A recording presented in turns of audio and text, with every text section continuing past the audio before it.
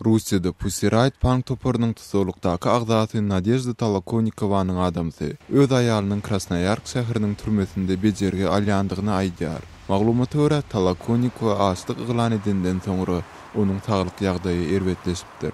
Pyotr Verzilov Tolokonnikova bilen telefon arkaly gepleşendigini we umuman onuň ýagdaýynyň gadyrlydygyny aýtdy.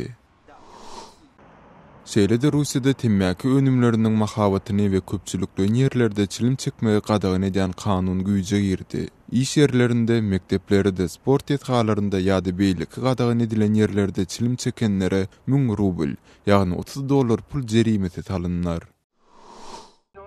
Ermenistanyň Yerevan şäherinde ýüzlerçe protestçi 40 ýaşyndan aşagdaky adamlaryň pensiýa fondy üçin öz aýlyklaryndan ýene-de goşmaçy 5% tölemeligi baradaky kanuny garşy ýürüş geçirdiler.